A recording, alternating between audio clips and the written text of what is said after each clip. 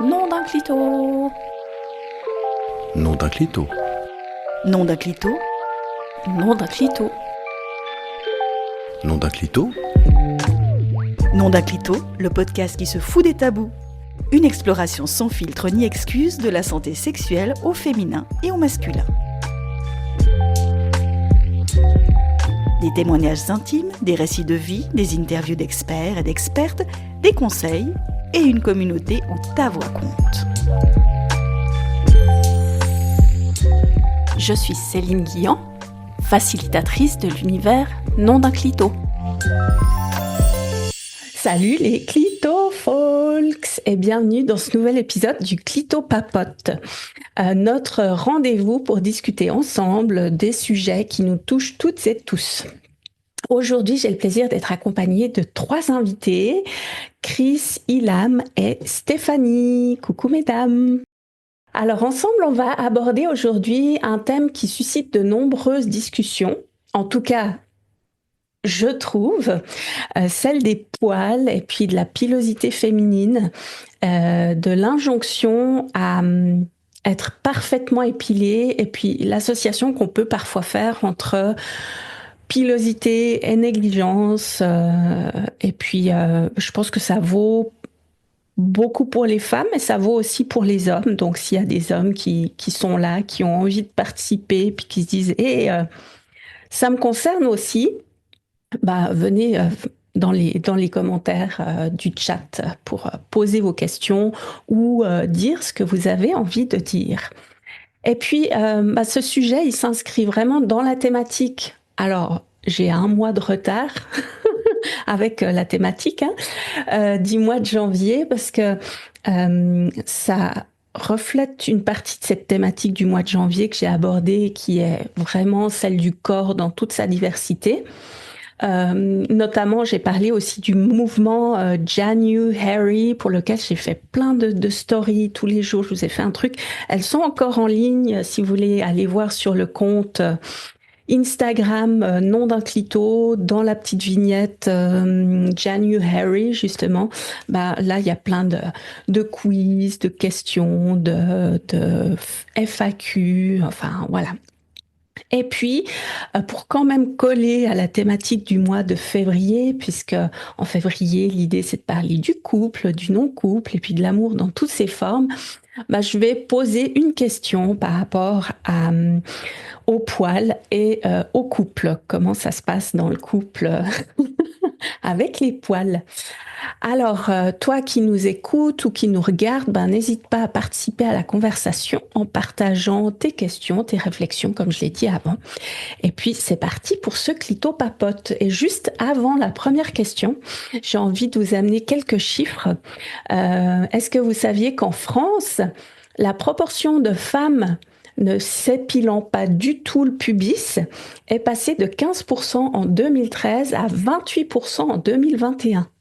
Et ça indique vraiment cette tendance vers plus d'acceptation de cette pilosité naturelle. C'est une source que j'ai trouvée dans de l'IFOP.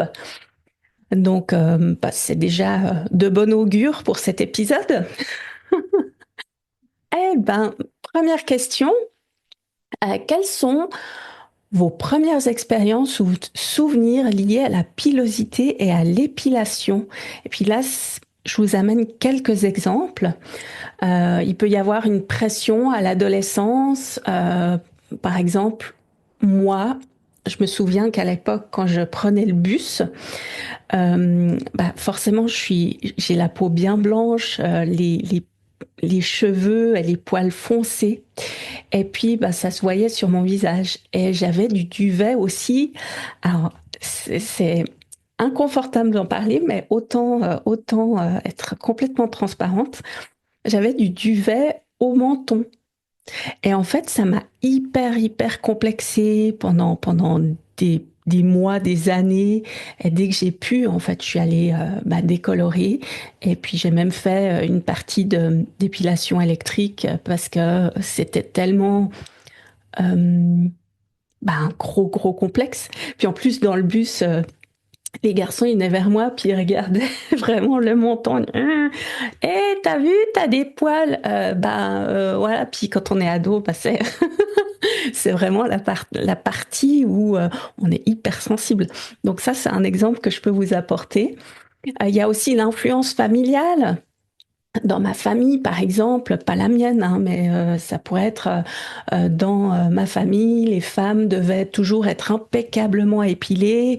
Et puis, on peut avoir des cas de mamans qui amènent leur fille assez tôt chez l'esthéticienne parce que il faut renvoyer cette image d'être parfaite, je dirais. Et puis, il y a aussi ce qu'on peut voir dans les médias, les publicités, les magazines qui montrent toujours régulièrement des femmes parfaitement lisses. Et puis, c'est un petit peu là-dessus aussi qu'on s'est forgé notre idée de ce que ça devrait être. Donc voilà un petit peu ce que je peux vous dire, qui a peut-être déjà fait popper. Si vous avez des choses à dire, montrez-moi vos petites mains, comme ça, je vous donne la parole. Ilham, dis-moi, Ilham. En fait, en écoutant ce que tu venais de dire, j'ai des souvenirs qui viennent comme ça un peu à flot parce que c'est vrai que j'ai un souvenir de mes origines, hein, parce que je suis franco-suisse d'origine marocaine et j'ai un flash quand j'avais 14 ans. Forcément, les poils, ça m'a renvoyé cette anecdote où on se retrouvait avec ma cousine qui se préparait à un mariage et et c'était un véritable rituel. Et moi, j'étais vraiment dans cette éducation, entre guillemets, occidentale. Et j'ai ce souvenir de l'épilation de la tête aux pieds, où la femme devait être vraiment lisse et parfaite pour justement pour le mariage. Et je me souviens que moi, j'avais donc 13-14 ans, en pleine croissance, et puis j'avais des poils. Et je me souviens ouais, d'être arrivée dans ce hammam, parce qu'après l'épilation, j'ai cette image de ma cousine qui était rose écarlate écrevisse, hein, parce que c'était l'épilation à la cire. J'étais à la fois fascinée et terrifiée. Mhm. Voilà, j'avais ces deux ambivalences, et c'est vrai que fascinée parce que l'ambiance, c'était une ambiance chantante, c'était à la fois doux et implacable. Enfin, j'étais vraiment dans ces deux émotions. Et c'est là que j'ai commencé à comprendre qu'il y avait une question sur les poils, il y avait quand même, c'était une affaire de culture et de famille, hein, parce que selon les traditions, même au Maroc, il y a vraiment des différences, hein.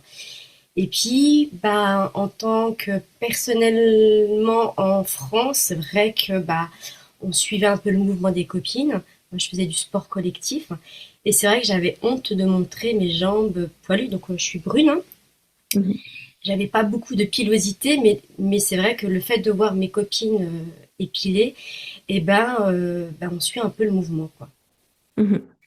Ouais. Donc, c'est vrai que, ouais, c'est ce côté très doux, avoir la peau douce, qui est lisse et entretenue, que j'ai hérité, quoi. Sinon, t'étais moche, en fait. Mhm. T'étais Ouais. moche ou t'étais euh, c'est pas propre, quoi. Il y a aussi une histoire aussi de propreté Mhm. que j'ai reçue comme injonction. Et j'avais vraiment l'impression que mon corps, si j'étais pas épilée, on me scrutait, en fait. Alors que c'était purement imaginaire, mais c'était ça. Surtout quand on faisait du sport collectif à des matchs, il fallait. J'étais persuadée que tout le monde regardait mes jambes, alors que voilà. C'est vrai que Mhm. les poils, pour moi, c'est au-delà de l'aspect visuel, ça renvoie vraiment. Moi aussi ma double culture, donc c'est vrai que c'est un sujet pour moi très fascinant. Ouais. Ouais. Oui, tu parlais de la douceur de la peau. C'est aussi très, très caractéristique. Une femme, ça doit avoir la peau douce. Et puis, tu trouves tellement de produits cosmétiques pour avoir la peau toute lisse. Et puis, effectivement, s'il y a des poils dessus, ça participe pas forcément à cette douceur ou à ce côté lisse. Et puis, oui, je peux imaginer que quand tu avais 14 ans, là, de voir ta cousine Rose Écarlate, comme tu dis, qui est vraiment... ça a dû te marquer et pas forcément te donner très envie d'aller te faire épiler à la cire, mais du coup, Ilham, toi, tu te, tu fais quand même à la cire. Finalement, tu t'es dit, bon, allez, j'y vais parce que, il y a quand même un peu de pression.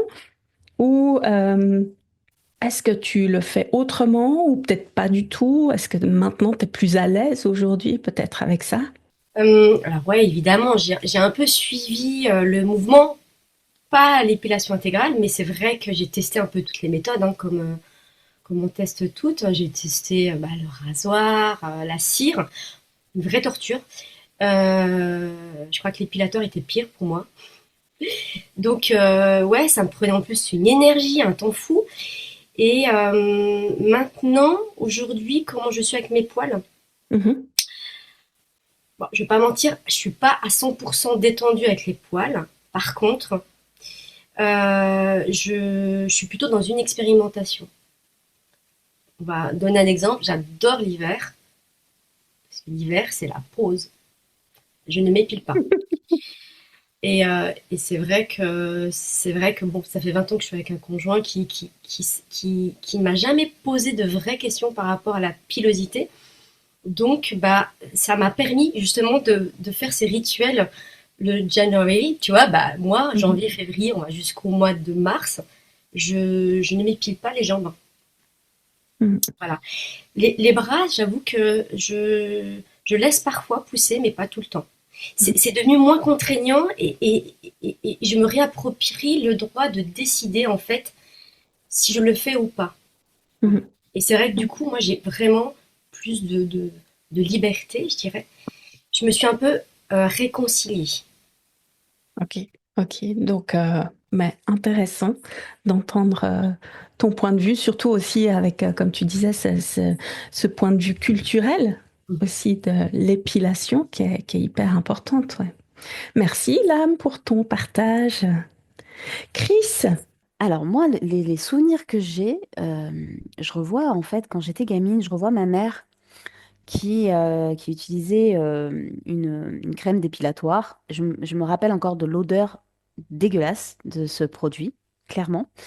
Et je me revois toute petite quand je prenais mon bain, utiliser la pierre ponce qu'on avait, et du savon ou du gel douche ou peu importe, de la mousse, tu vois, sur mes jambes et faire comme si je me rasais moi aussi les jambes. Et Mhm. donc, je me dis, il y a cet effet de mimétisme, tu vois, de se dire, tiens, c'est normal.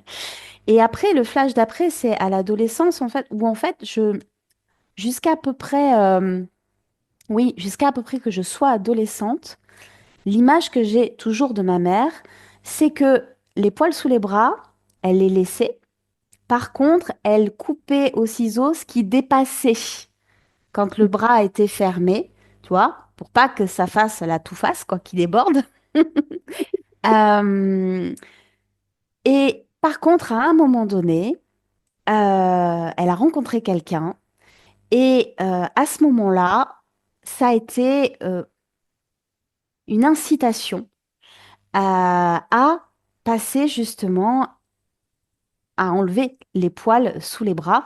Euh, et par contre, en ce qui me concerne, ben, peut-être parce que j'avais cette image-là de ma mère depuis toujours, enfin, depuis loin que je me rappelle en fait, euh, je crois que dans ma tête, c'était une évidence qu'à un moment donné, j'allais me raser les jambes et ensuite que j'allais forcément me raser les aisselles parce que bah, c'était comme ça.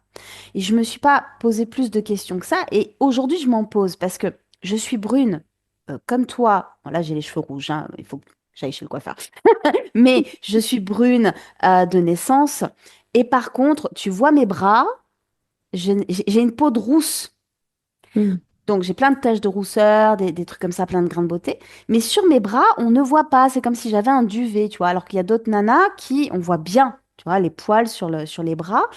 Et du coup, je me pose la question de me dire, si je ne m'étais pas rasé les jambes, trop tôt ou quoi ou qu'est-ce? Est-ce que ça se serait vu autant que ça finalement? Puisqu'une fois que tu commences à raser, après ça repousse beaucoup plus foncé, dru, etc. Donc ça, je me suis posé la question.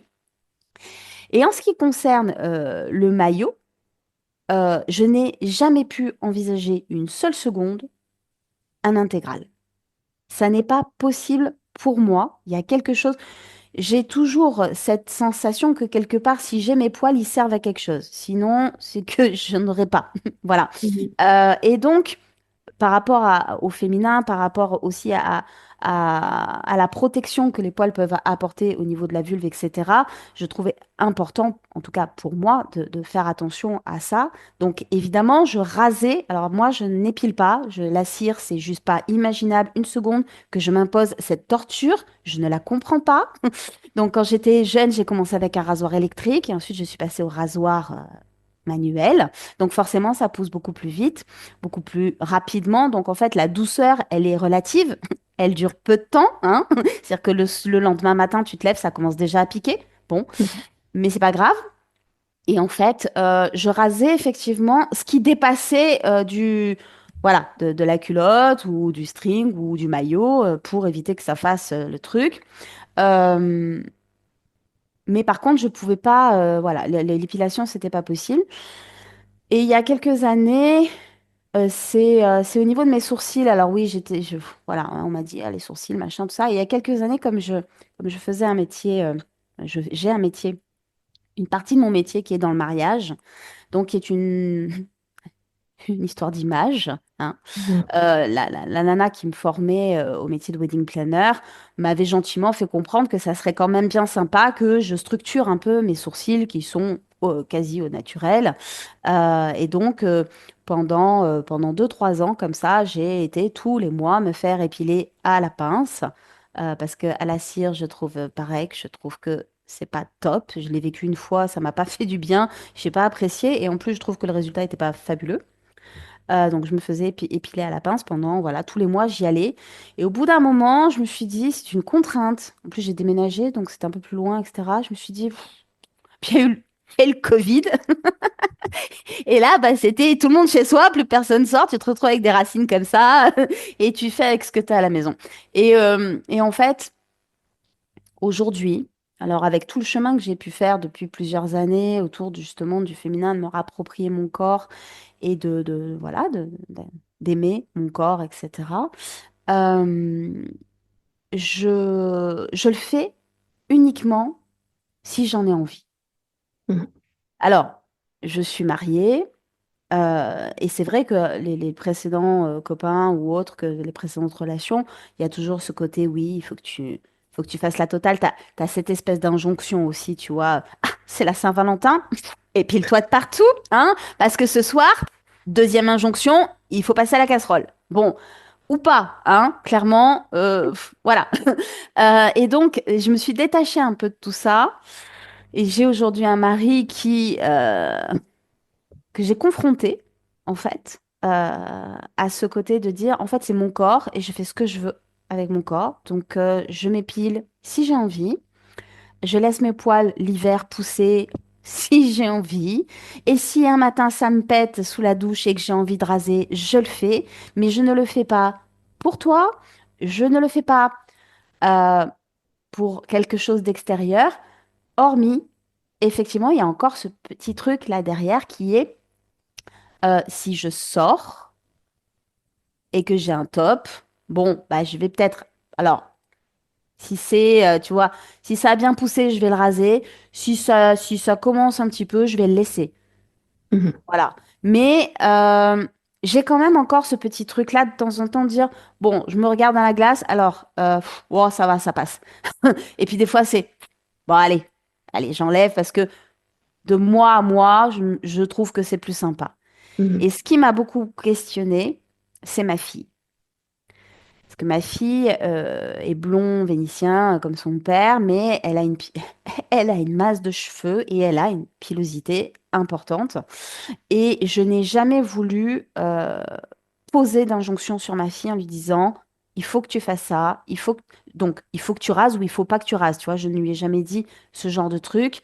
Elle connaît mon sentiment, je parle très librement en disant, bah en fait, moi, je fais ce que tu veux.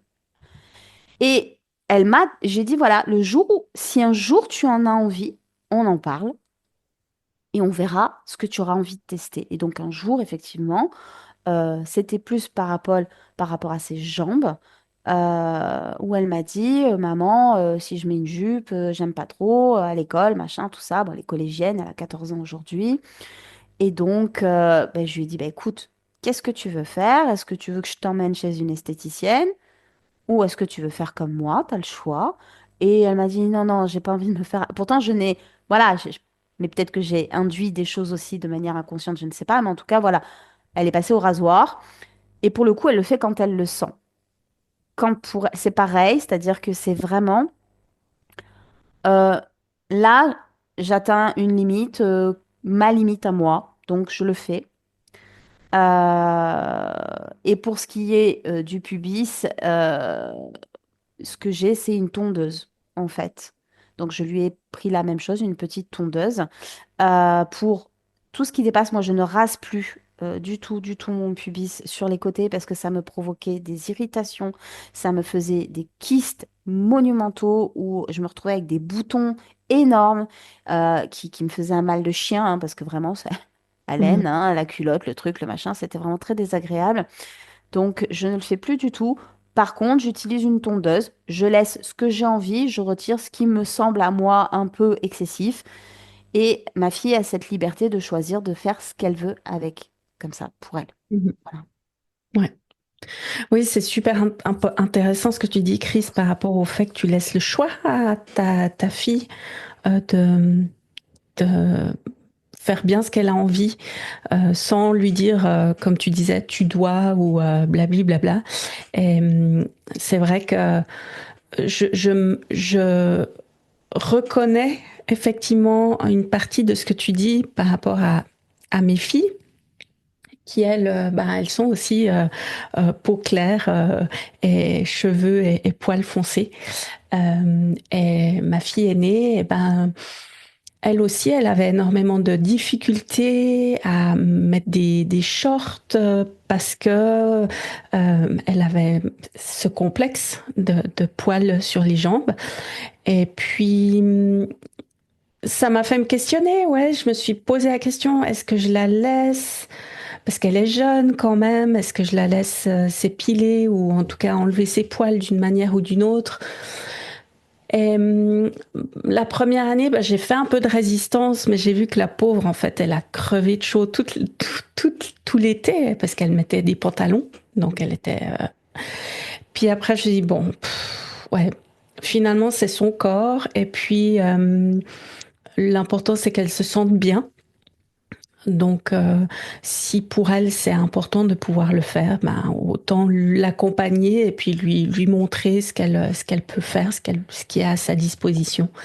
Et puis depuis qu'elle sait, bah, par exemple cet hiver, elle l'a pas fait non plus, mais cet été probablement qu'elle va recommencer histoire de se sentir un peu plus à l'aise par rapport à ça. Donc ouais, c'est vrai. Tu parlais aussi à quelque chose que j'ai noté par rapport au mimétisme. C'est vrai que ben on voit nos mamans faire, et ben on fait comme elles. Et puis on se pose même pas la question de ah peut-être que j'ai le choix finalement.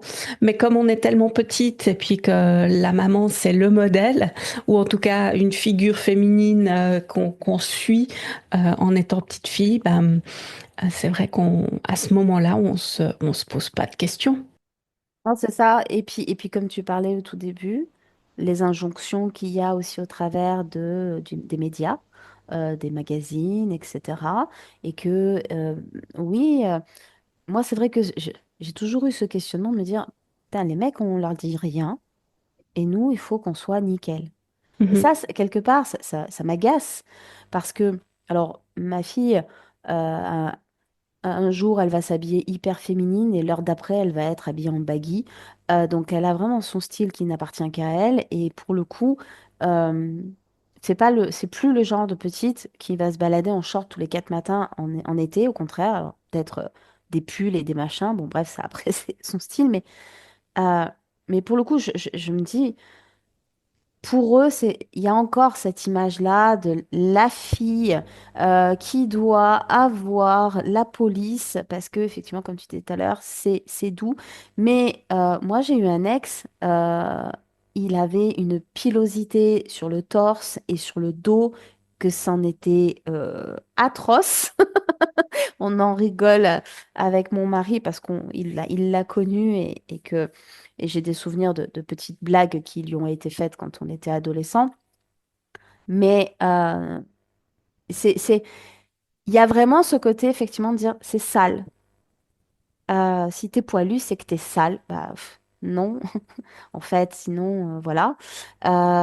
Et ça me dérange. Moi, ça me dérange. Et j'ai vraiment essayé avec ma fille de lui faire entendre ça, lui dire, en fait, c'est ton corps, tu fais ce que tu veux, comme tu veux, quand tu veux. Moi, je te soutiens, je te mets à disposition ce qui est là pour, enfin, ce que tu veux, voilà, pour toi. Mais surtout, surtout, n'écoute pas les autres. Et c'est Mhm. compliqué.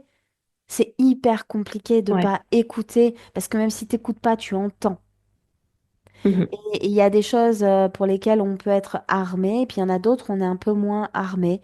Euh, mais je trouve que ce poids-là est vraiment très désagréable. Le regard qu'on va porter sur toi, tu vois, le fait que dans le bus, on regardait parce que t'avais de la moustache, je veux dire, merde, quoi, en fait.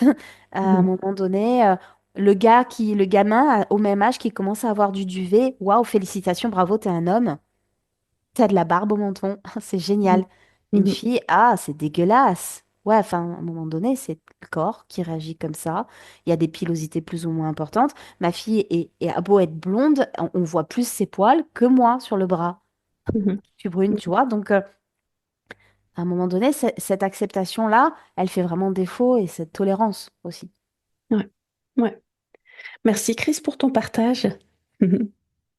Stéphanie, tu voulais nous dire quelque chose? Qu'est-ce que ça t'évoque cette histoire de poils alors, quand on est ado? Alors, moi, contrairement à la plupart des gens, je voyais mes copines donc s'épiler, parler de poils, de dire ah là j'ai fait la cire, ça fait mal. Et puis moi, en fait, ben, j'avais pas de poils. Et du coup, j'étais quand même très frustrée et je me sentais vraiment différente par rapport aux autres parce que moi, ma puberté arrivait très tard, hein. J'ai commencé à me développer, j'avais 15-16 ans. Et donc du coup, je disais à ma maman, mais il faut que je me rase pour que les poils arrivent parce que moi, j'ai pas de poils et les copines en ont toutes. Donc elle m'avait dit, ben, je t'interdis de te raser. Dans la famille, on n'a pas beaucoup de poils et si tu te rases pas, tu auras jamais de poils et tu verras, c'est que du bonheur. Bien sûr, à 15-16 ans, on n'écoute pas sa maman, donc j'avais pas touché aux jambes parce que bah, ça se voyait, mais j'avais épilé les dessous les bras parce que moi je faisais beaucoup beaucoup de sport et en effet, même si j'avais que 3 petits poils, je voulais faire comme les copines et me raser, donc j'ai commencé à me raser sous les bras. Et en effet, voilà, quand j'ai grandi, j'ai bien vu que en effet, je n'ai pas de poils sur les bras et sur les jambes. Mais là où j'avais commencé à raser pour faire comme les copines, et ben, le poil s'est développé. Donc voilà, donc elle avait raison voilà. En tout cas, à l'époque, quand on est ado et qu'on n'est pas comme les autres copains ou comme les autres copines, c'est vrai que c'est difficile parce que voilà, on se sent mis à l'écart et on se sent rejeté, alors que pas spécialement, hein, mais en tout cas, c'est ce qu'on peut ressentir. Donc voilà, donc moi j'ai toujours fait plutôt rasoir. Et puis il y a 2 ans, ouais, il y a 2 ans, au niveau des bras, en fait, j'ai fait l'intégrale, donc là au laser, pour ne plus avoir de poils, parce que je le fais euh, pour être à l'aise justement quand on est en soirée ou quand on est avec des amis où on lève les bras et là on se dit oh mince, j'ai pas fait attention, j'avais pas pris soin. Mais pas pour le regard des autres, c'était surtout pour moi en fait. Et puis parce que je trouve que les poils sous les bras, lorsqu'ils sont longs, la transpiration, voilà. Pour moi, je trouve qu'on a une transpiration qui est plus odorante que quand il n'y a pas de poils. Après, c'est peut-être tout simplement un préjugé, hein, et qui est pas du tout avéré. je pense. Mais voilà, donc moi, c'est vrai que j'ai fait l'intégrale au niveau des bras. Et au niveau du maillot, j'ai pas passé le cap parce que je suis un peu comme Chris, ça dépend des périodes. Genre des périodes où je vais juste faire un petit peu le maillot, et des périodes où je vais faire un peu plus, et puis il y a des périodes où je vais tout faire, et puis il y a des périodes. Donc voilà, donc je peux changer en fonction de mon envie du moment. Voilà, donc Mhm. Mhm. ça change. Ça change. Mais c'est intéressant ce que tu dis par rapport au fait que bah, toi, tu n'avais pas de poils, mais finalement, tu aurais bien voulu avoir des poils pour faire comme tes copines. Et puis, bah, c'est, c'est surprenant, je dirais, puisque, sans jugement hein, de quoi que ce soit, mais je me dis, ah tiens, c'est vrai que moi, personnellement, je dis, ah, j'aimerais vraiment être pas de poils. Bah, tu vois, si je prends mon exemple personnel, ma mère, elle n'a pas un poil, quoi. C'est frustrant. Je dis, mais merde, quand même. C'est dans les gènes. Eh ben, j'ai pris d'autres gènes de poils.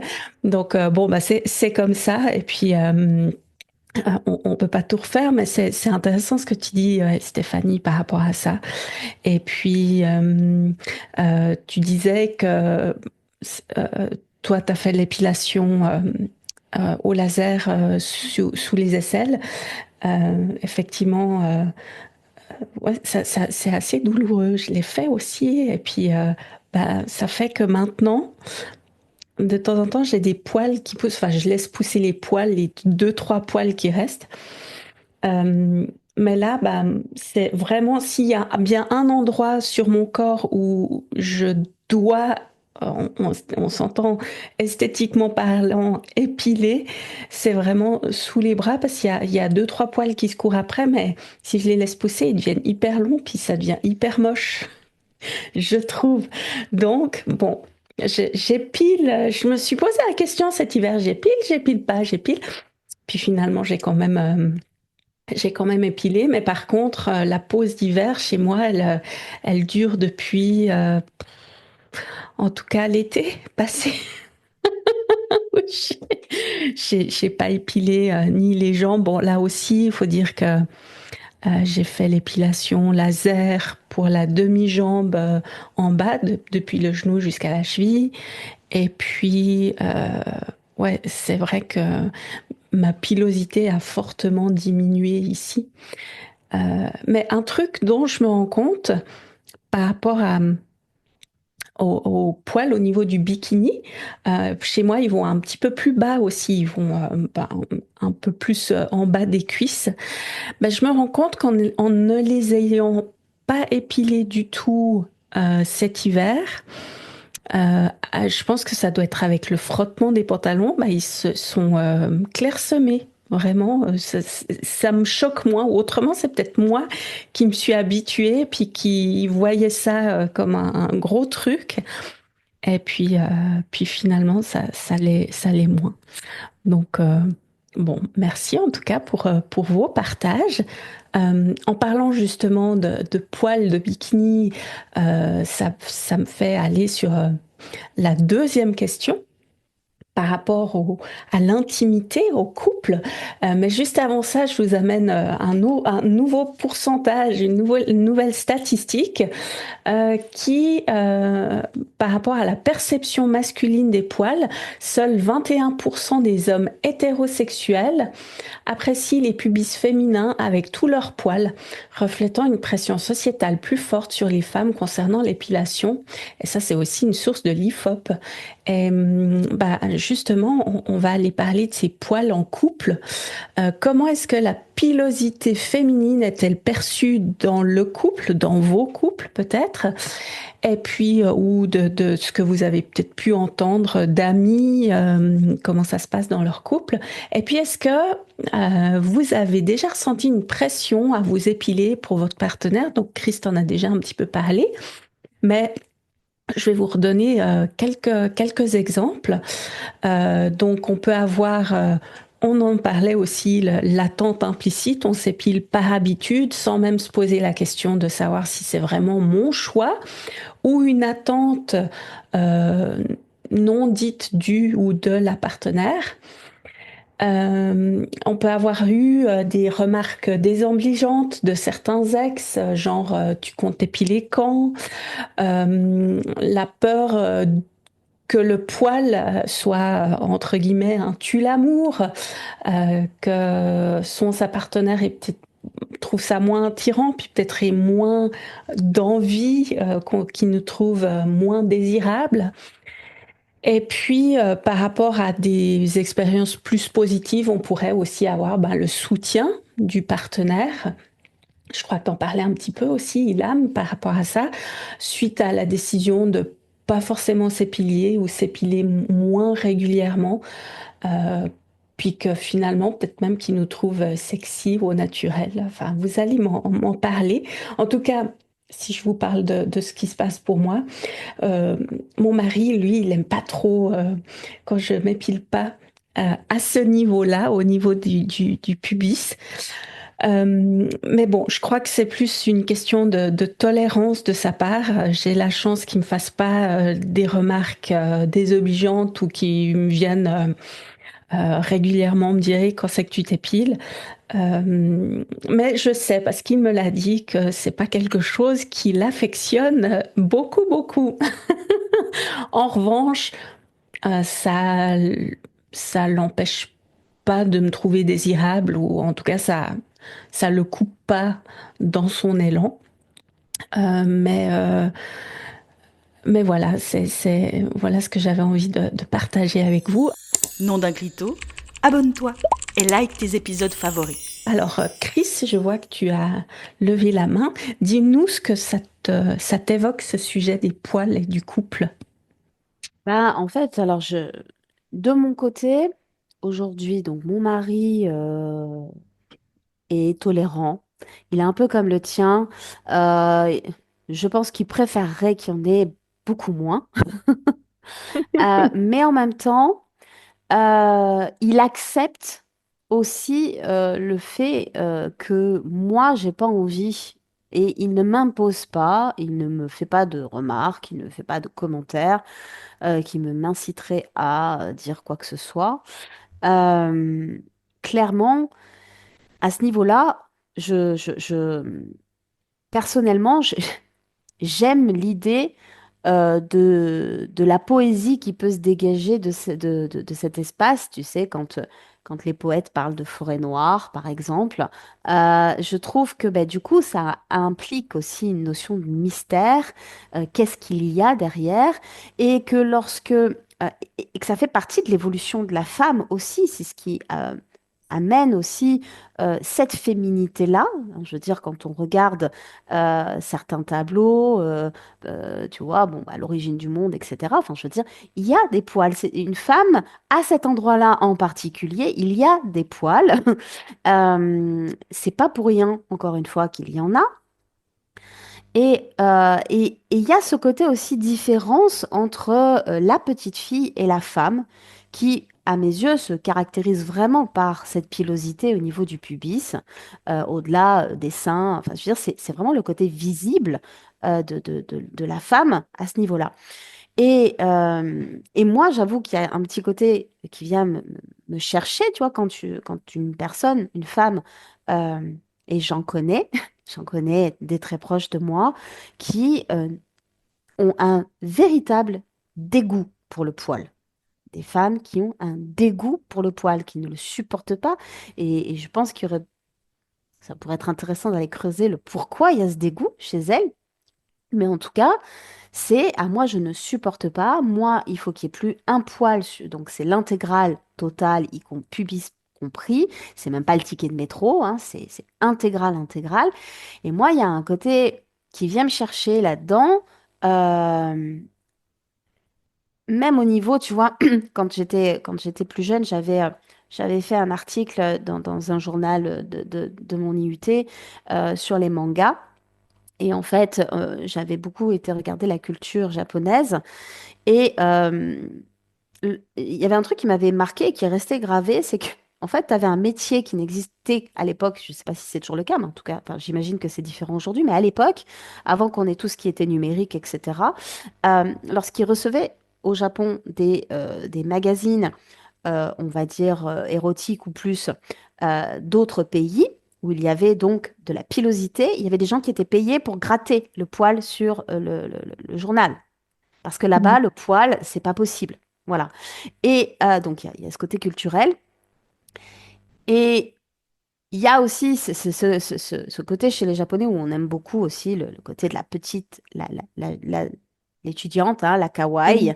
Ouais. la petite fille. Il y a aussi toutes les déviances qui vont derrière. Donc c'est vrai que moi, le fait d'être une femme et d'avoir un pubis nu, je me sentirais une petite fille et je pense que ça viendrait me chercher vraiment à ce niveau-là de ce qu'il y a derrière et de ce que ça peut représenter et du pourquoi on préfère finalement, au-delà d'un aspect d'hygiène, parce que, bah, évidemment, il y a de l'hygiène aussi, faut être attentive à ça, de toute façon. Mais qu'à un moment donné, entre ne pas prendre soin et en prendre soin, mais pas forcément tout, et tout enlever, enfin, je trouve qu'il y a quand même un delta qui est assez énorme. Donc, dans les couples, je trouve fou quand quand il y a des femmes qui ont des mecs qui aiment les poils et qui continuent la femme qui veut absolument ne pas en avoir et qui donc, bah, du coup, ça existe aussi on en parle moins, mais il y a des hommes qui aiment que leur femme ait un pubis poilu et la femme n'aime pas ça. Et donc, bah, l'injonction dans l'autre sens, elle peut aussi exister. Laisse tes Mhm. poils, j'ai pas envie, je les enlève. Du coup, ça peut créer des fois des conflits, tu vois. Euh, donc, il y a vraiment toute cette subtilité-là. Et pour moi, c'est un des aspects, vraiment, c'est l'endroit où vraiment je le fais que si j'en ai envie, que si j'estime que, voilà, sans forcément avoir l'injonction de, ah, ton mec, il aime pas trop, allez, vas-y, fais un effort. C'est pas un effort. C'est aussi une façon d'aller un peu vers lui et de lui dire, bon, voilà, je l'ai fait parce que j'avais envie de le faire et on se retrouve là-dessus. Mais quand je le fais pas, il va pas me faire un scandale non plus. Et il Mhm. va pas dire je te touche pas. Si, tu vois, enfin voilà, et je trouve que c'est important. Et je pense que dans les couples, il y a peut-être des discussions qui manquent à ce niveau-là euh, du pourquoi on aime ça, pourquoi on aime les poils, pourquoi on n'aime pas les poils, pourquoi on veut garder les poils, pourquoi on veut enlever les poils. Peut-être que au-delà du on a toujours vu ça, tout le monde fait ça comme ça, dans les films de cul, ça se passe comme ça, à la télé, on nous montre ça. Oui, mais toi, profondément, toi qui es en face de moi, t'en penses quoi, tu ressens quoi, etc. Cette discussion-là, peut-être qu'elle manque et que du coup, ça peut créer des fois des, euh, des incompréhensions et des non-dits aussi dans les couples. Mhm. Ouais. Oui, tu as soulevé quelques points super intéressants, Chris, merci. Par rapport à, bah déjà, là, ce que tu viens de dire dernièrement, des discussions. C'est vrai que on part du principe que voilà, ça se fait ou ça se fait pas. Mais c'est vrai que je sais pas quel est le pourcentage de couples qui en parlent ouvertement, librement, et puis qui se posent la question, toi, t'aimes pas.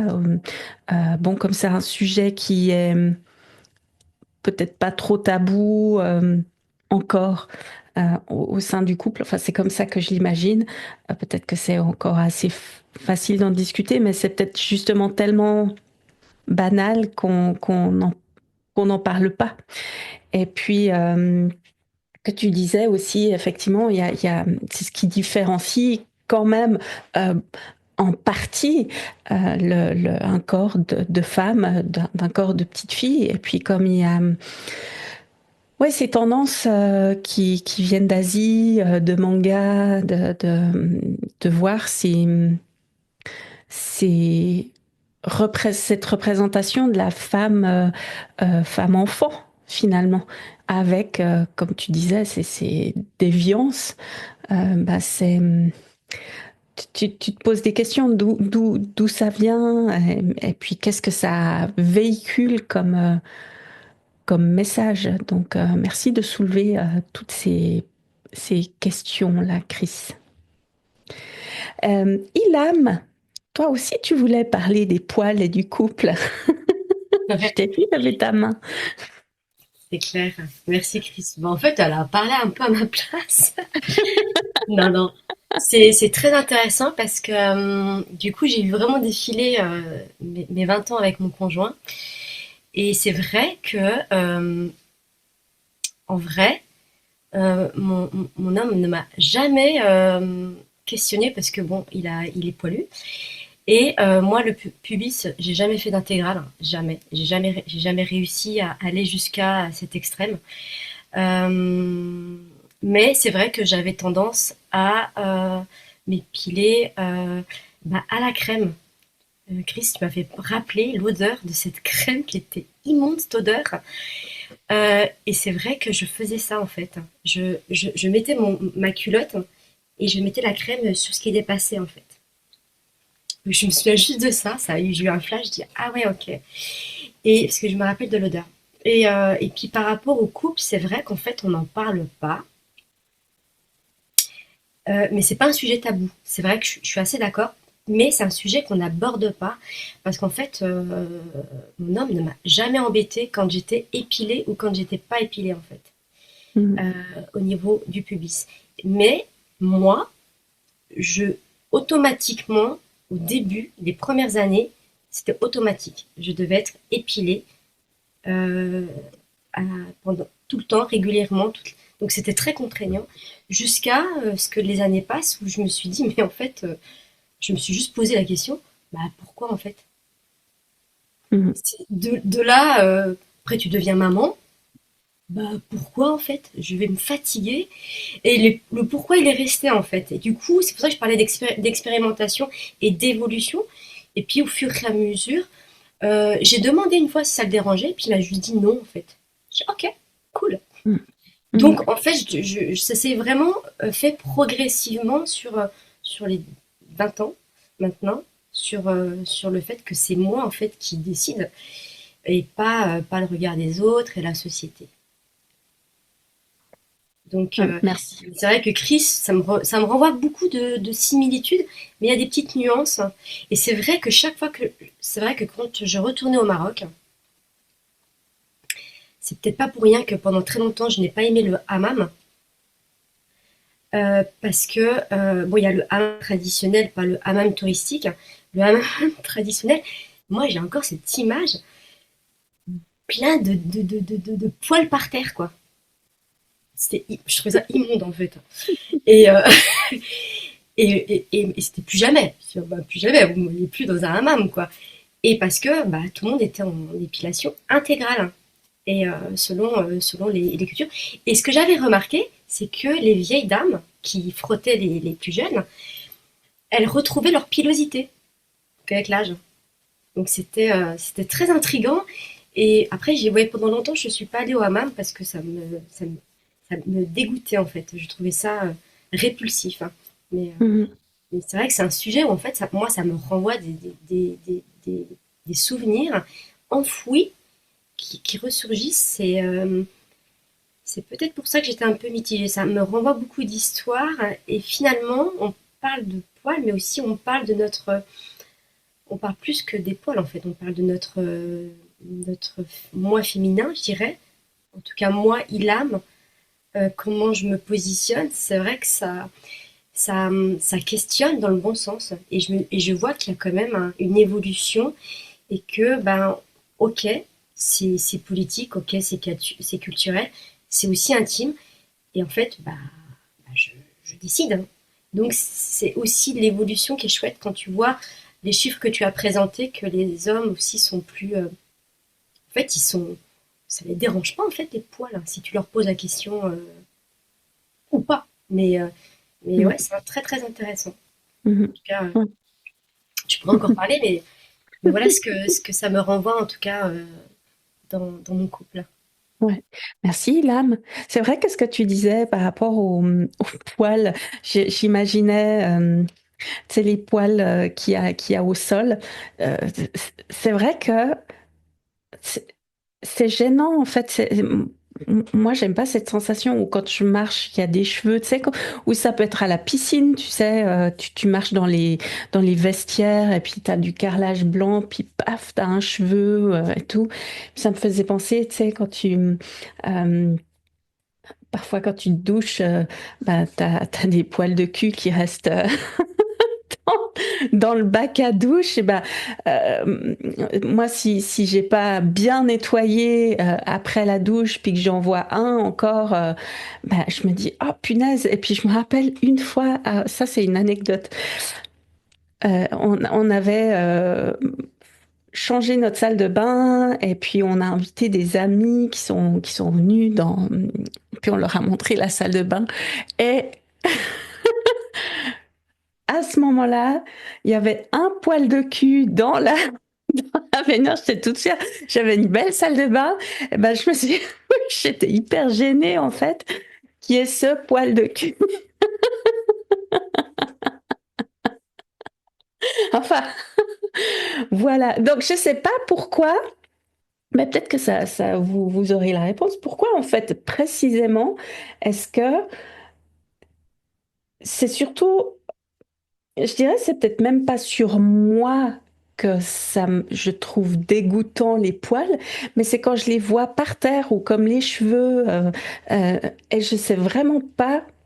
Pourtant, c'est propre. Je veux dire, si en plus s'ils sont dans la baignoire, je viens de me laver. Donc, mais qu'est-ce qui fait que c'est dégoûtant comme ça quand on les voit au sol? Je sais pas si c'est au niveau de la sensation. Enfin, peut-être que vous avez des réponses. En attendant, moi, je vais demander à Stéphanie ce qu'elle en dit de cette histoire de poils dans le couple. Alors, avant tout, j'ai ta réponse parce que travaillant dans le médical, il y a beaucoup de gens, même des ongles par exemple, les ongles sur toi te dérangent pas du moment que tu les as coupés, s'il y en a au sol ou si tu les vois, tu trouves ça sale. Et en fait, il y a beaucoup de gens, du moment que ce n'est plus sur leur corps, en fait, c'est mort. Et la mort, c'est pas beau. Donc voilà, c'est cette image-là de la mort que les gens peuvent avoir, qui font qu'ils sont dégoûtés de voir un poil ou un ongle au sol ou sur une table, parce que c'est mort, donc c'est pas présentable. Voilà. Ah, ok, merci Stéphanie pour Je t'en prie. Alors moi, au sein de mon couple, il n'y a jamais eu de tabou et on parle de tout et on avait même évoqué, voilà, on évoque vraiment vraiment tout. Il y a vraiment zéro sujet tabou. Et moi, je sais que ça l'a jamais dérangé, que ça soit avec ou sans poil. C'est pas un problème pour lui et il est très ouvert là-dessus. Et vous entendre discuter me fait penser que moi, en fait, je suis peut-être moins ouvert parce que moi, les hommes très poilus, ça m'a toujours dérangé. Et donc, bon, je suis pas avec quelqu'un de très poilu, donc j'ai de la chance. Et c'est vrai que moi, j'aime bien, alors sans lui dire et sans mettre d'injonction, j'aime quand il entretient ses poils parce que je trouve que c'est plus agréable. En tout cas, alors l'intégrale, non, j'aime pas non plus. Je suis un peu comme il a m'écrit, ça fait bon, ça ferait petit garçon et là, je serais un peu plus gênée. Mais en tout cas, que ça soit entretenu, j'aime bien, en effet. Après, ça me dérange pas quand c'est pas entretenu, hein. Mais c'est vrai que moi, je trouve qu'un homme qui va s'épiler le torse ou parce que j'ai des cousins qui eux sont très poilus et qui vont s'épiler et je trouve ça plus agréable. Voilà. Mhm. Ou même les cyclistes voilà, qui se rasent les jambes, je trouve voilà. Moi, je trouve ça normal que les hommes puissent s'entretenir comme nous, les femmes, on puisse s'entretenir si on le désire, bien sûr, hein, sans forcément dire un homme qui est pas entretenu, c'est pas beau. Mais un homme qui entretient ses poils, moi, je trouve ça un peu sexy. Voilà. Mhm. Merci Stéphanie. C'est vrai que tu amènes aussi l'autre penchant, effectivement, par rapport aux hommes et à leurs poils. Et, il y a quand même, moi, quand je vois, en fait, quand je vois, je visualise un homme sans poils sur le torse, disons. Souvent, en tout cas, ceux que je vois dans les magazines, c'est ceux qui ont les pectoraux bien saillants et tout et tout. Euh, et, et je me dis, mais eux aussi, finalement, ils, ils ont cette injonction de, qui vient peut-être, alors je ne sais pas, ça ce serait à vérifier, de tous ces concours de muscles, je sais plus comment ça s'appelle d'ailleurs, dont Schwarzenegger faisait partie, où tu as du culturisme, voilà, le culturisme, où là aussi, les hommes, eh ben, ils doivent pas avoir un pet de poil. Et puis les cyclistes aussi, peut-être plus pour le côté aérodynamique de la chose. Euh,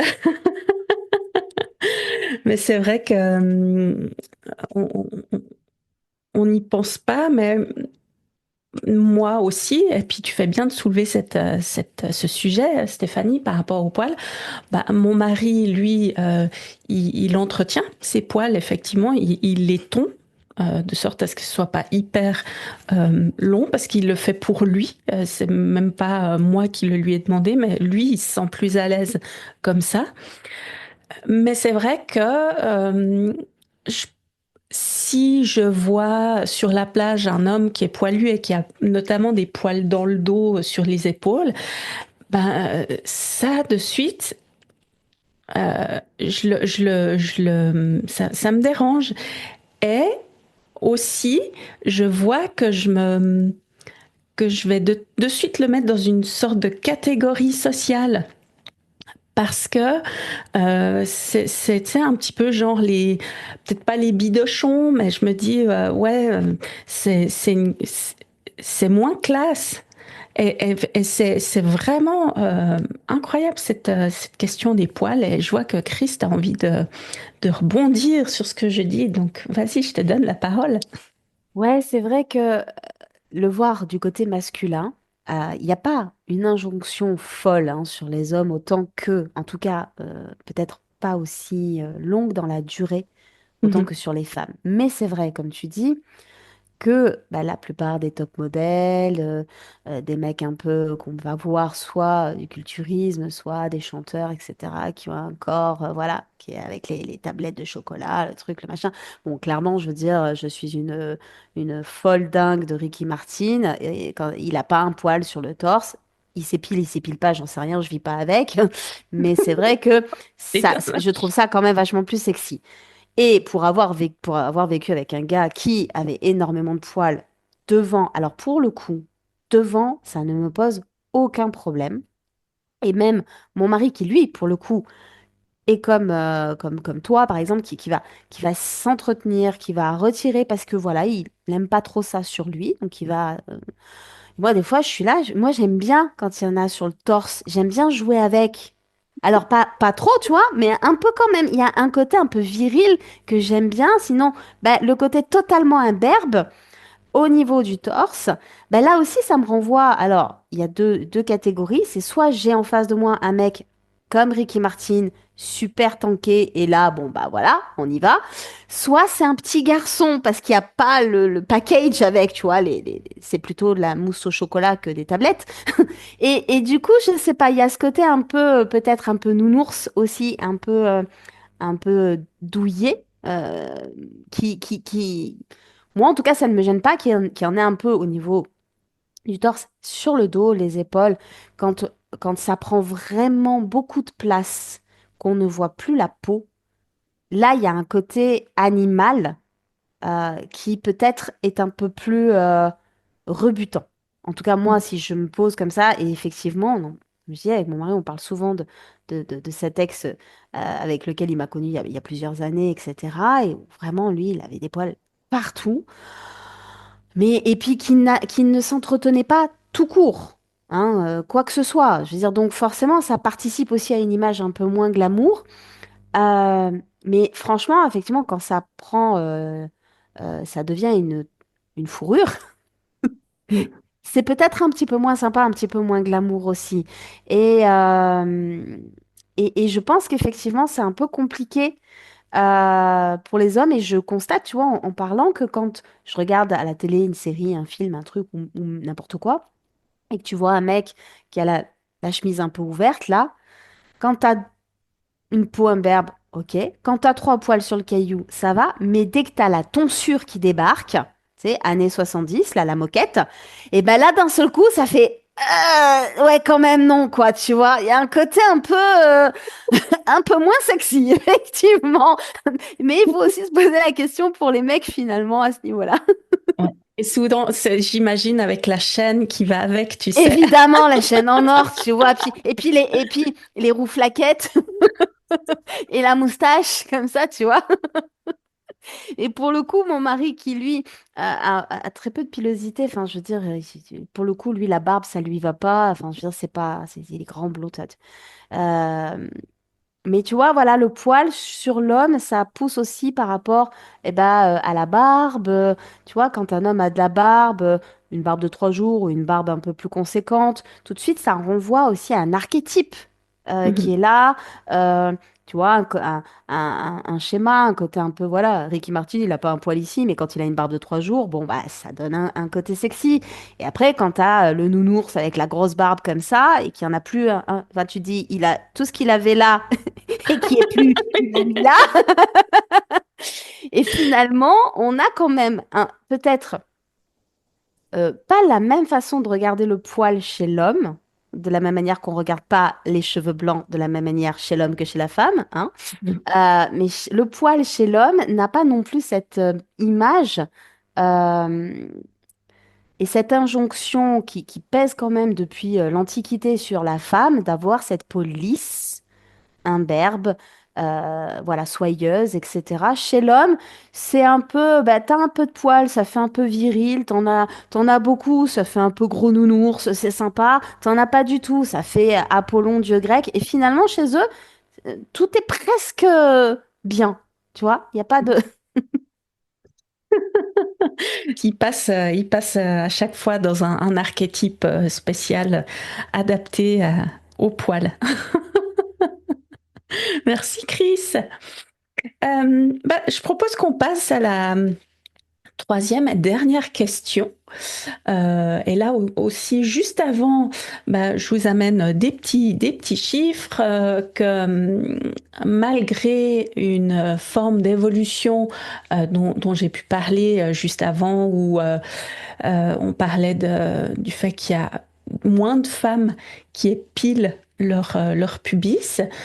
Malgré cette évolution-là, il y a quand même 73 ou 73% des Françaises qui estiment qu'il est important pour une femme de s'épiler pour être considérée comme séduisante. Et ça aussi, c'est encore l'IFOP. Merci IFOP. Alors, la dernière question, comment peut-on encourager une acceptation plus large de la pilosité féminine et déconstruire les stéréotypes associés? Alors, j'ai comme exemple aller plus au niveau de l'éducation, de la sensibilisation, parler ouvertement de la pilosité, de son caractère naturel dès le plus jeune âge pour aider à normaliser le sujet. Ça me fait penser à cet enfant qui va faire la même chose que sa maman, par exemple. Donc ça viendrait aussi dans le fait que la maman soit à l'aise avec ça pour pas transmettre une certaine image. Il y a avoir aussi des représentations diversifiées, comme voir des femmes avec leur pilosité naturelle dans les médias, les publicités qui contribueraient aussi à changer les perceptions, ça certainement grandement. Et puis finalement plus de soutien entre femmes, partager nos expériences comme on le fait aujourd'hui, soutenir celles qui choisissent de ne pas s'épiler ou de s'épiler finalement, elles font bien ce qu'elles veulent, qui peut renforcer la confiance collective, mais encore une fois, le faire pour soi, être qu'on s'épile ou pas, que ce soit un choix personnel et que ce soit pas basé sur ces injonctions. Bien que c'est quand même pas toujours simple d'assumer totalement son choix ou ses choix en fonction du métier qu'on a, de la position, de la culture d'où on vient. Enfin, voilà, il y a plein de choses. Donc, qu'est-ce que vous avez envie de me dire, vous, mesdames, par rapport à ça? Est-ce que vous voyez des manières de véhiculer cette image plus positive par rapport au poil? Et puis, qu'est-ce que qu'est-ce qu'on pourrait voir comme monde ou en tout cas comme perception plus ouverte sur la diversité de chaque corps. Ilham, Alors, moi, je suis convaincue, en fait, quand on est maintenant en 2025, j'ai vraiment ce sentiment qu'il y a quand même un décollement de quelque chose à ce niveau-là, sur un regard qui est différent. Ne serait-ce que quand tu vois à travers, c'est vrai que les pubs qu'on a connues, on montrait toujours des femmes qui étaient toujours en tenue impeccable, hyper belles, sans un poil sur le bras.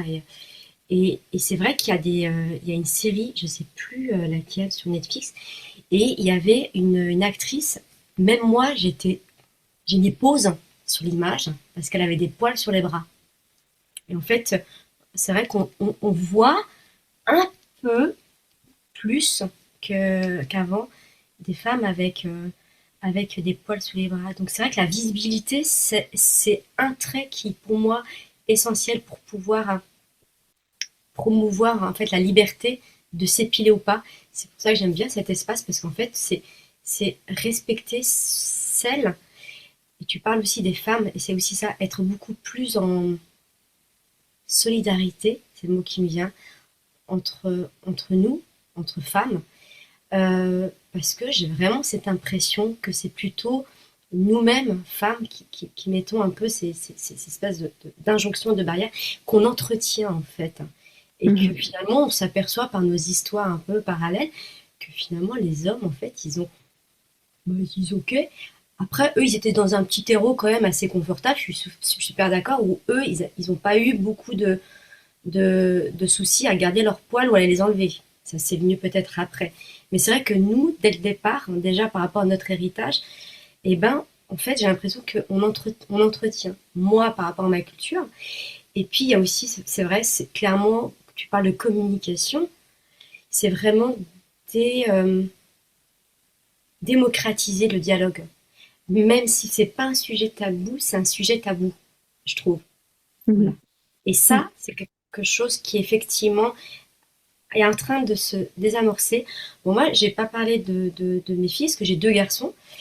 Et c'est vrai que du coup, j'ai pas ces questions-là. Par contre, je viens de réaliser que moi, je donne une image en tant que femme. Et c'est vrai que une fois, ils m'avaient vu poilue. Mais il n'y a pas eu ah, tu t'épiles, tu t'épiles pas. Et puis j'ai juste dit bah ouais, je dis bah tu sais, les filles elles ont aussi des poils. Et puis mon garçon dit bah oui, comme on a tous des poils quoi. Et donc c'est vrai que là je me suis dit il y avait quelque chose à travailler en termes d'éducation, ouais, la communication. Ne serait-ce que déjà nous en fait, qu'on commence par nous à s'ouvrir.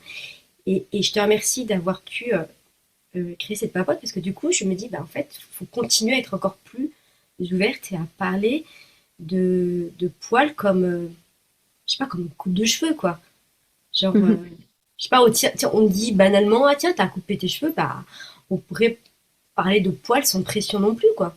Dis, tiens ça te va bien, ou je sais pas, ou tiens on parle de poils juste en mode tu vois de poser la question. Donc ça serait plus de légèreté aussi dans ce sujet et qu'on arrête de nous dire de faire quoi que ce soit avec aussi avec nos corps. J'ai l'impression que c'est nous-mêmes qui nous disons, je sais pas si ça se dit, de faire, voilà. Des fois, j'ai l'impression qu'on est auto-critique et auto-strict par rapport à nous-mêmes. Donc, ça renvoie à la conclusion, c'est aussi s'envoyer beaucoup plus de douceur sur le fait que si on le fait, bah, c'est OK. Et si on le fait pas, bah, c'est aussi OK, en fait. Donc, moi, ça m'invite vraiment à être encore plus à de douceur. Ouais.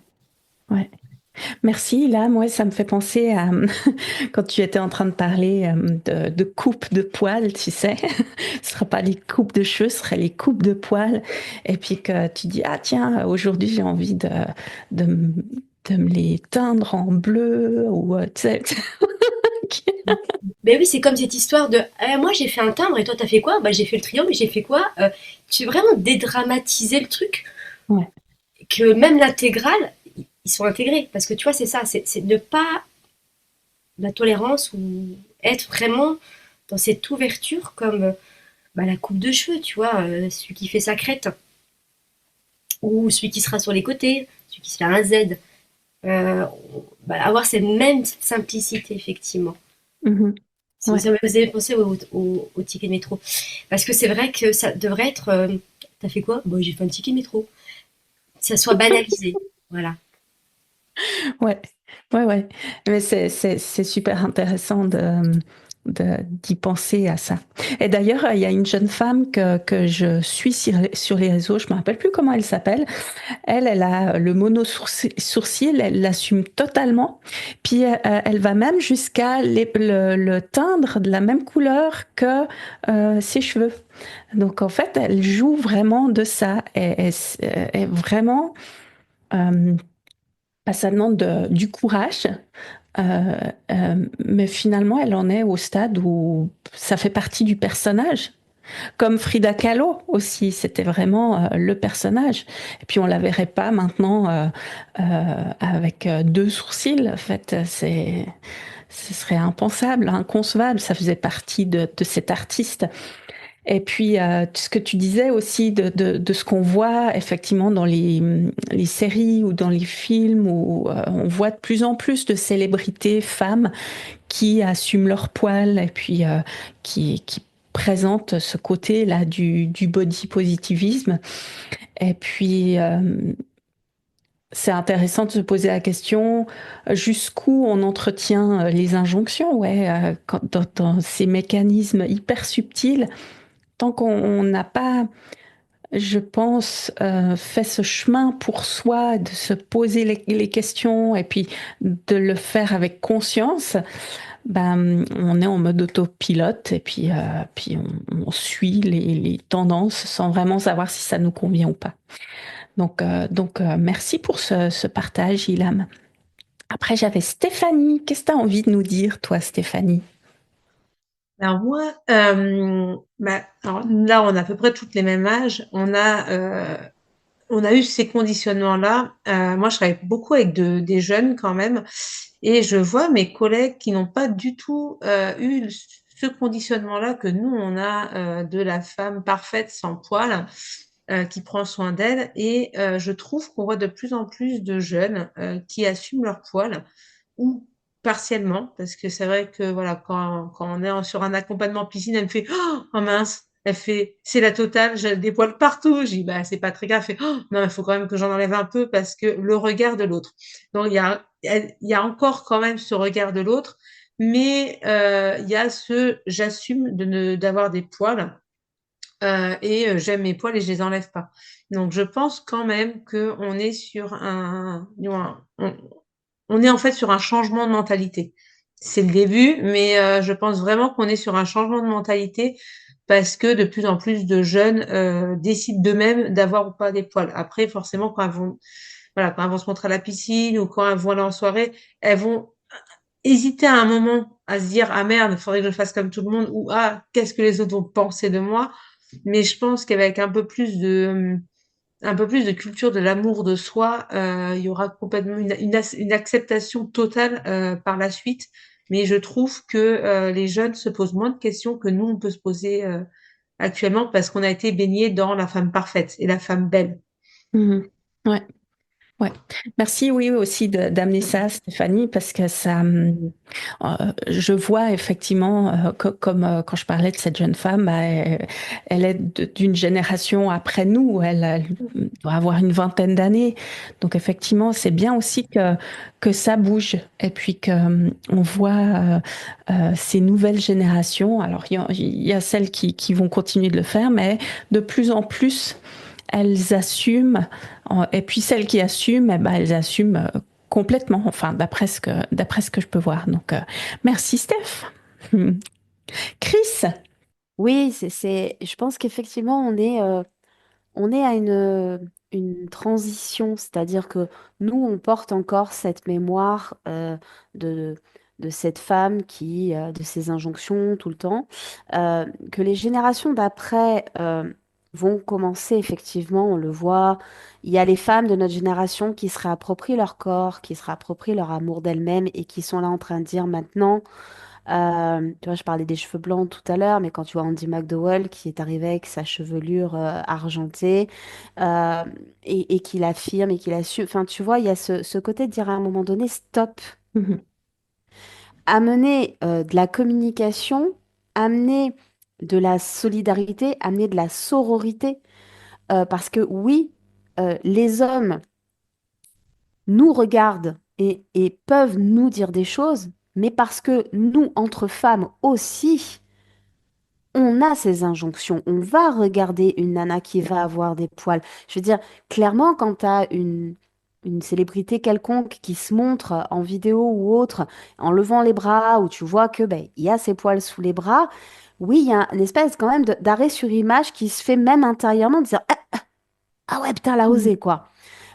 Et là, se questionner sur ça vient faire quoi chez moi? Est-ce que je suis en mode youpi, c'est génial, elle le fait, ou est-ce que quelque part, dans le fond, il y a encore ce truc de dire ah merde, berk. Tu vois, il y a encore cette éducation parce que nous, on est vraiment, enfin moi en tout cas, je me sens dans cette transition personnelle de dire j'aime mon corps, j'aime mes poils, je m'aime, je m'assume et je voudrais arrêter, je voudrais casser ce cycle hein, là et que bah, demain, une nana, elle veut se faire l'intégrale, elle se fait l'intégrale. C'est elle, quoi. Je veux dire, ça la regarde. Et une autre, elle a envie de teindre ses poils de la même couleur que ses cheveux. Pourquoi pas? Je veux dire, à un moment donné, pourquoi ne pas aller jusqu'à cette liberté totale, effectivement, de se dire, ça te regarde. Et j'aime beaucoup ce que tu disais, Ilham, en disant, euh, ouais, t'as fait quoi? T'as fait un triangle, t'as fait un ticket, t'as fait un timbre, t'as fait un cœur, tu les as teints, tu les as pas teints, t'as fait des tresses. Enfin, j'en sais rien, tu vois. Je veux dire, de la même manière qu'effectivement, de dire, ah, tiens, t'as coupé tes cheveux, ah, t'as fait une. Et de la même manière que se dire, ok, alors ma chérie, aujourd'hui, t'es dans quelle phase de ton cycle? Histoire de savoir un petit peu. Que tu me dises comment en fait je vais interagir avec toi parce que j'ai conscience que quand tu es dans cette phase-là, bah, voilà, tu es peut-être un peu plus sensible, ou un petit peu plus ceci, et moi je suis comme ça, on va peut-être trouver un terrain d'entente. Et finalement, oser parler de ce qui est intime, et je le mets entre guillemets parce que aujourd'hui, des fois, ce côté intime, c'est tabou, en fait.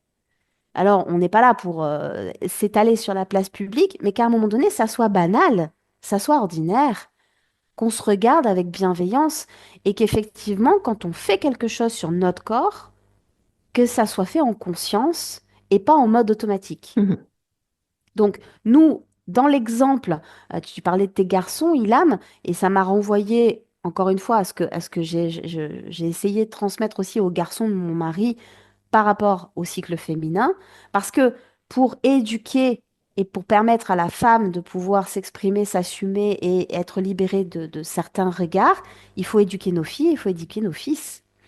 Et aussi transmettre que c'est normal, que oui, il y a des poils, que c'est pas sale, que ça sent pas mauvais, que ça fait pas ci, que ça fait pas ça, et que, en fait, la fille, elle a le droit de les laisser, de les couper, de les raser, de les épiler, de se faire la cire, ou de rien faire. Basta, c'est normal, c'est naturel. Je pense que ça passe effectivement par la communication, déjà dans nos cellules familiales, cellules amicales, de démocratiser, de détabouiser ces discussions-là dans notre cercle, et puis que ça, ensuite, ça soit repris par les médias, les choses comme ça incite un petit peu plus aussi les réseaux, etc., d'avoir des nanas qui se montrent, mono-sourcils, poils sous les bras, etc., poils aux jambes, et que on finisse par retirer cette chape un petit peu de se dire c'est dégueulasse. Parce qu'en fait, c'est souvent ça qu'il y a derrière. C'est qu'à un moment donné, le poil, c'est dégueulasse. Mhm. Sur toi, pas sur toi. On a vu tout à l'heure par rapport au fait de voir des poils par terre ou des choses comme ça. C'est vrai qu'il y a ce côté-là qui est finalement inné de se dire Mhm. quoi? Alors qu'en fait, c'est pas sale. Euh, mais moi, c'est vrai que quand j'ai une fille en face de moi qui me parle des poils avec de la haine presque, tu vois, du dégoût, de, j'ai envie de la prendre dans mes bras, de lui faire un énorme câlin, de lui dire, ça va bien se passer, chérie, quand Mhm. même, tu vois. Je veux dire, parce que pour moi, ça va chercher loin, quoi. J'ai envie de comprendre pourquoi tu le vois comme ça, alors qu'en fait, c'est quelque chose qui est naturel puisque ça existe chez tout le monde. Normalement, tu vois, enfin, la majorité des êtres humains ont des Mhm. poils. Ouais. et même s'ils en ont pas forcément partout, qu'on les voit pas tous forcément, euh, c'est la logique. Et donc, c'est normal. Donc, il y a peut-être quelque chose effectivement à véhiculer de cet ordre-là, de conscience, de communication, d'acceptation, de douceur, d'amour, de bienveillance, et etc., Ouais. etc., de sororité. Merci Chris. Et puis je profite de rebondir sur ce que tu viens de dire là par rapport à ces femmes qui peuvent avoir vraiment ce dégoût, cette répulsion pour les poils. Ça me fait me penser et me poser cette question aussi mais alors quand elles ont des poils, ça voudrait dire qu'elles se détestent autant qu'elles détestent leurs poils, en fait. Et puis, à quel point tu t'accueilles ou pas dans ton naturel, dans qui tu es vraiment et à quel point tu t'autorises ou à quel point tu te dois de mettre un masque pour répondre. Ouais, ça va effectivement très loin, cette histoire de poils. C'est pas juste comme ça, mais c'est vraiment un- une introspection, une exploration. Et puis, il y a aussi quelque chose qui me revenait par rapport au moment où Ilham parlait. Euh, en fait, j'ai eu cette image de la monarchie, finalement, quand on voit euh, les, les femmes d'un certain rang qui avaient la peau blanche et a priori pas de poils. Alors peut-être qu'elle s'épilait pas, mais en tout cas, ça devait être blanchi avec les poils, avec la peau sous la poudre. Et puis que il y a que les femmes qui allaient travailler au champ, qui prenaient le soleil et qui étaient bronzées. Donc, est-ce qu'il n'y a pas aussi une histoire de caste, je dirais, dans les poils? Est-ce que les poils, ça fait pas que tu fais partie d'une catégorie de personnes bah, qu'on dénigre, finalement? Mm. Mais écoutez, que de questions, quel échange, ça m'a vraiment fait plaisir de voir, enfin d'entendre, de vous voir et puis d'entendre vos partages par rapport à tout ce qui se passe autour de cette question des poils. Est-ce que par hasard vous avez encore quelque chose à dire? Si c'est le cas, c'est le dernier moment. Et puis, bah sinon, je vais terminer ce clito papote. Chris, tu voulais encore dire quelque chose? Je voulais juste te remercier de nous avoir permis et de nous rencontrer et de partager, et de créer cet espace-là où effectivement on pose nos vécus, nos expériences dans un cadre extrêmement bienveillant. Donc merci Céline. Merci Chris pour ton retour. Est-ce que quelqu'un d'autre voudrait dire quelque chose? Ilham? Chris m'a devancé. Oui, c'est vraiment un plaisir de pouvoir discuter avec cette légèreté parce que c'est dans un climat très serein, très bienveillant. Donc, merci. C'était vraiment un plaisir, hein. Merci Ilham. Eh bien alors, on arrive à la fin de ce clito papote. J'espère que pour toi qui nous a écoutés, regardé ou qui nous regardera en replay, j'espère que ces échanges ont permis de mettre en lumière des pressions liées à l'épilation, d'ouvrir la voie vers une acceptation plus large de la diversité corporelle. Et puis, ben, un grand merci à vous trois, Ilham, Stéphanie et Chris, pour vos témoignages, vos partages et puis tout ce que ça a permis aussi de faire remonter comme souvenir ou comme bilan de où on en est avec ces injonctions. Et puis, merci à toi, cher Clitofolk, qui nous écoute ou qui nous a regardé. Rendez-vous le mois prochain pour un autre Clitopapote où là, on va aller explorer la thématique, aussi encore une thématique de femmes, celle où on va parler des soutiens-gorge. Est-ce qu'on en met ou est-ce qu'on n'en met pas? En attendant, n'hésite pas à partager tes expériences et pensées en commentaire ou en DM sur le compte Insta de Nom d'un Clito. Et puis, retrouve justement tout l'univers Nom d'un Clito sur le compte Insta. À bientôt et rappelle-toi, chaque voix compte.